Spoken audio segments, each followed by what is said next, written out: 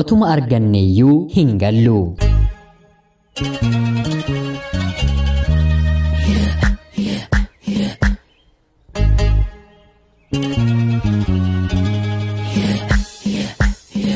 Yeroodhaaf maqaa kiyya himachuun barbaadu kanan dhaladheetti guddadhee jiituu Oromiyaa keessatti yeroo ta'u barnoota koollee maatiin kiyya ijoollummaatti na galchanii hanga kutaa 12ffaatti seeraan baradhee ergan xumuree booda yuunivarsiitii magaalaa Finfinnee Asturraa muummee elektirikaal injinaringiitiin eebbifameera. Eebbifamee hojii ergan jalqabees waggaa 2 fi baatiiwwan lakkoofsiseera. Maatiin kiyyaa maatii baadiyyaadha. Abbaan koo ijoollummaatti kaasee akkan lafa isaa jiru qotee fuudhee akkan jiraadhu barbaada. Haa ta'uutii garuu barnoota kootti illee cimaa waan hin tureef yaada abbaa koo morkachaa baradheen eebbifame. Yeroon kutaa 10ffaa baradhu barattoota 3 mana barumsaa keenyarraa qabxii 4 fidanii keessaa A8 fiduun ani barataa lammaffaadha. Kutaa 12ffaa muummee fayyaa yookiin immoo meedisinii barachuudhaaf fedhii godhadhus qabxiin kiyya garuu na jalaa guutuu waan dideef injinaringiitiin Addis Ababaa Saayinsii and Teekinooloojii Yuunivarsiitiitti ramadameen barachuun eegale. Manni keenyi duuba mana barumsaa waan ta'eef magaala seenuuf daqiiqaa muraasa qofaa nutti fudhata. Sababa kanaaf hangan baradhee xumuruu guutummaa guutuutti maatii koo biratti hin dabarse. Loon eeguu, muka tulluu keessaa ciruu, qotuu, aramuu fi meesuun aadaa hojii maatii koo biratti hin baradhee guddadhe. Haa ta'uutii garuu ani obboloota koorraa adda kan na godhu hojiin jaalladhu. Kanan jibbuuf ammoo barnoota koo irratti xiyyeeffannoo kennuun wanta na gammachiisuufi. Haala kanaan maatii kiyya bira taa'een barnoota koo otuun barachaa jiru yeroon kutaa 9ffaa baradhu jaalalli na qaba. Dubartoonni hedduu natti dhiyaatan ni jiru. Haa ta'uutii garuu yeroo kutaa 8ffaa barannu barattuu mana barumsaa keenyarraa qabxii olaanaa fiddetu qalbii kiyya keessa seeneera. Akka dubartoota kaanii faara naaf hin laattu. Kutaa 9ffaa keessee garuu maal akka taate beekuu baadhus dandeettiin ishee gadi bu'aa dhufee inuma kutaa 12ffaa yeroo geessu qabxiin illee jalaa hafuu kan danda'edha. Akkan jaalladhe jaalachuu kiyya kan natti himan hiriyoota na waliin oolanii maqaa barattootaa kaasanii kan ishee yeroo natti dubbatan an haasoo kiyya adda kuteen yaada isheen hin booji'ama. Hiriyaa dhiiraas ta'e dhalaa waliin baatee galtu tokkollee hin qabdu. Akka carraa ta'ee yeroo hundaa ijaan illee barbaadeen argaa. Yoon arguu baadhee waa ta'etu keessa kootti dhaga'ama. Keessumaa guyyaa dilbataa fi qidaamee mana waan oolluuf hanga wiixanni ga'utti ijuma ishee arguun baay'ee na sarda. Haala kanaan jaalladheen otoo jiruu kutaa 10ffaa yeroo barannu barattoonni ciccimoon kompiitara barattu nuun jedhanii carraa manni barumsaa keenya mooraa bulchiinsa aanaa keessatti nuuf qopheesseen gareen lamaan keenyaa tokko ta'ee waliin dubbii yookiin immoo konverseeshinii kompiitara irratti barreeffamuun akkan ishee jaalladhu nitti hime. Yeroo sanaaf isheef qoosaa ture. Haa ta'uutii garuu ani kanuma keessa kooti. Erga guyyaa sanaa garuu deemeen waliin taphachuun hanga kanaatti natti hin ulfaanne. Xalayaallee barreesseen yeroon kennuu fi deebii otoo naaf hin deebisiin ofuma biratti hambifatte. Jaallachuu kiyya barattoonni mana barumsaa kiyyaa hundinuu ni beeku. Haa ta'uutii garuu qorumsa maatirikii kutaa 10ffaa akkuma qoramneen obboleessa ishee waliin magaalaa Finfinnee boqonnaadhaaf fira bira ni deemu.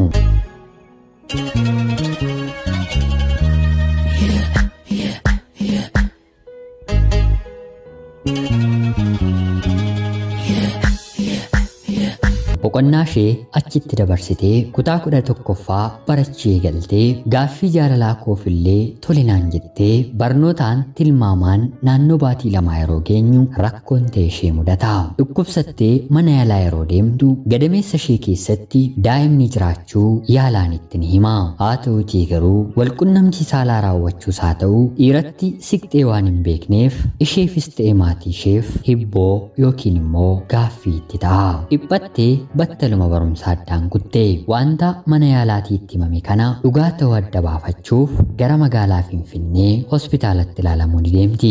Ammallee durba akka taate haa ta'uutii garuu gadameessa ishee keessa daa'imni akka jiru dooktorri itti hima.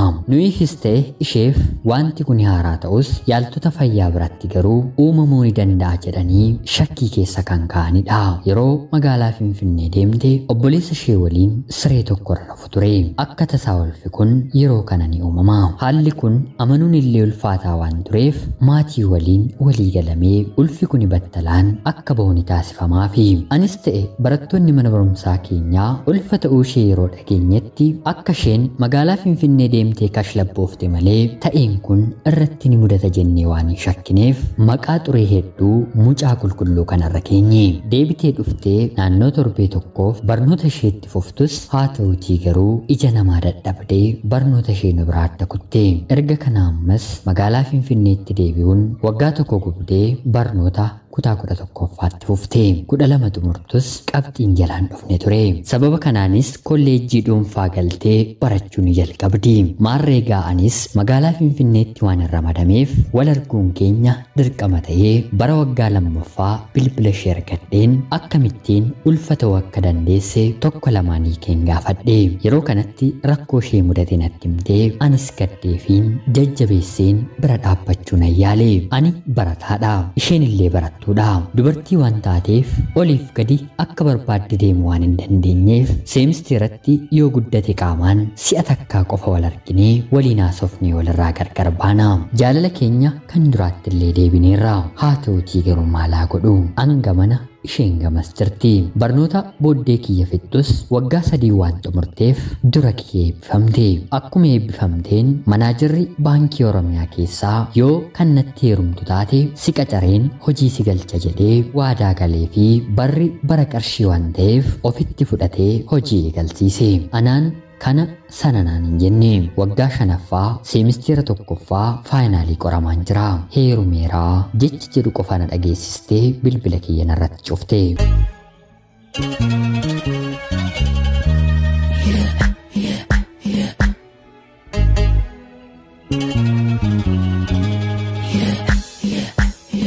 Piraankiis natti fakkaatus yoon deebisee bilbilu bilbilli kiyya gara isheetti hojjetu. Kan biraatii jaallaanis maamilli bilbiltanii fi qabamaadhaa xiqqoo turaa bilbilaa ergaa jedhu qofa na dhageessisti. Xumuruudhaaf qorumsa 2tu naafee ture. Na dhukkube jedheen qorumsa sana adda kutus barattoota qabxii gadi bu'aa fidan waliin qorameen deebisee darbe.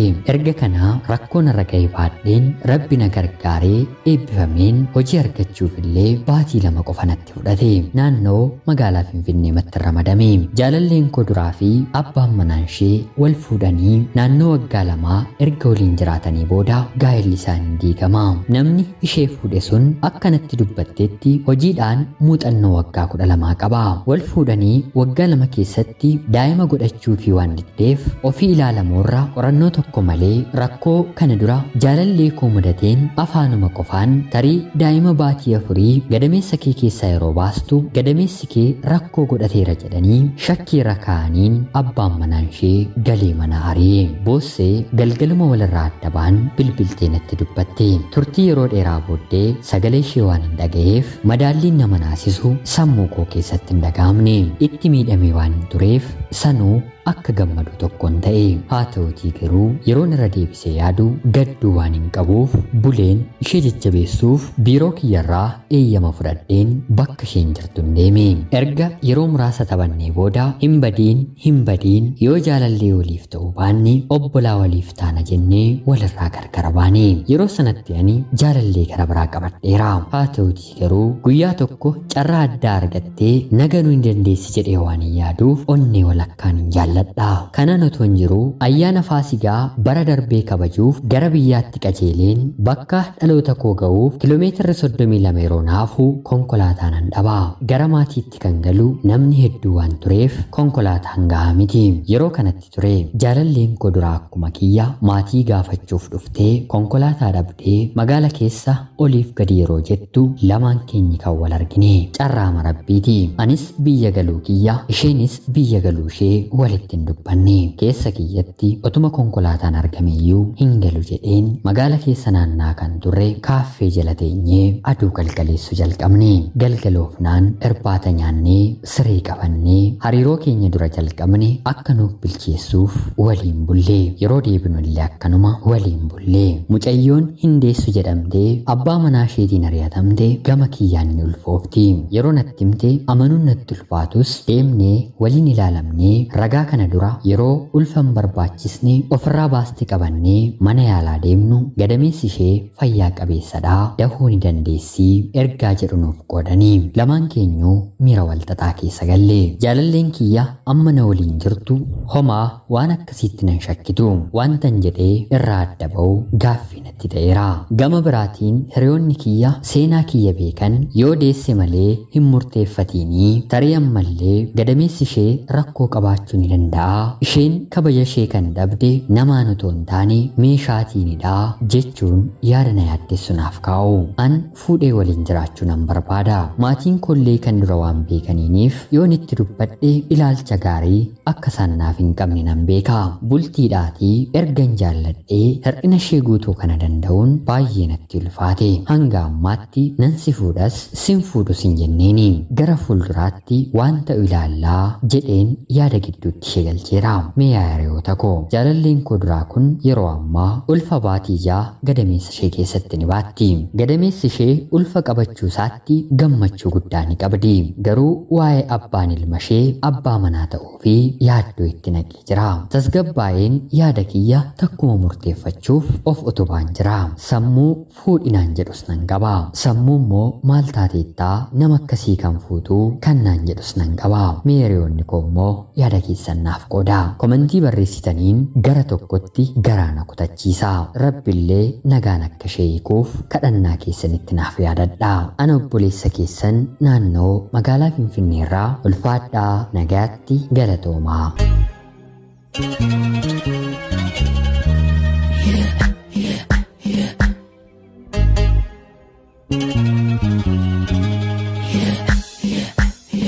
Yooyyaa shamaa akkam jirtu kabajamtootaaf hordoftoota qophii Oromiyaa 24 nagaaf jaalallee tokkummaan bakka jirtan hundaatti hunda keessaniif yaatu jecha guyyaa har'aallee xalayaa obboleessi keenya nuuf erge isiniif dubbiseen hin ka'a akka isin irraa barattanii hubannoo cimaa irraa argattan homaa shakkii tokkollee hin qabu obboleessa keenya ergaa kee kana nuuf qooduu keetiif guddaa galatoomsiin jecha kabajamtootaaf hordoftoonni qophii Oromiyaa 24 maal gochuu akka qabu yaada keessan gadi fageessitanii akka qoddanii fi kabajaan isin gaafachaa ani garuu akka dhuunfaa kootti yaada siif hin tarii rabbi tokko isin gochuuf carraa lammataa isiniif mijeessedha jalqaba irratti rakkoo ishee ni beektaa lammaffaa immoo si balleessiteetti sadaffaa immoo daandiin kun isiniif waan mijateef lamaan keessanuu miindeffamtoota waan taataniif of jiraachisuuf dhiphina waan hin qabneef isheellee rabbi nagaadhaan hiikee otuu waliin jiraattanii yaada jedhuun qaba egaan kabajamtootaaf hordoftoota qophii Oromiyaa 24 isinillee yaada keessan qoodaa fi jecha qophiin guyyaa har'aaf isiniif qabaddeen dhiyaadhe kanuma fakkaatti haga yoonaatti na dhaggeeffachaa waan turtaniitiif guddaa galatoomaa jechuun barbaada laayikii fi sheer gochuun illee akkana jajjabeessitan kabajaan isin gaafachaa namoonni chaanalee keenyaaf haaraa taatan anaa dhufu kun Oromiyaa 24 guyyaa guyyaatiin xalayaa jaalalaa fi seenaa jireenyaa nama barsiisuu bashannansiisuu danda'u isiniif qabattee waan dhiyaattuuf isinillee sabskiraayib gochuun maatii keenya erga taatanii booda xalayaa jaalalaa yookiin seenaa jireenyaa nama barsiisuu bashannansiisuu danda'u qabaattan karaa telegiraamii karaa lakkoofsa bilbilaa kiyyaa duwwaa 937 65 erguun irratti hirmaachuu dandeessu. Qopheessuuf qindeessuun isin waliin kanan ture ani gammachiista shoomeeti. Qophii gara biraatiin guyyaa boreen hanga walitti deebinutti bakka jirtan maraan turtii gaarii isiniif hawwaa horaa bulaa.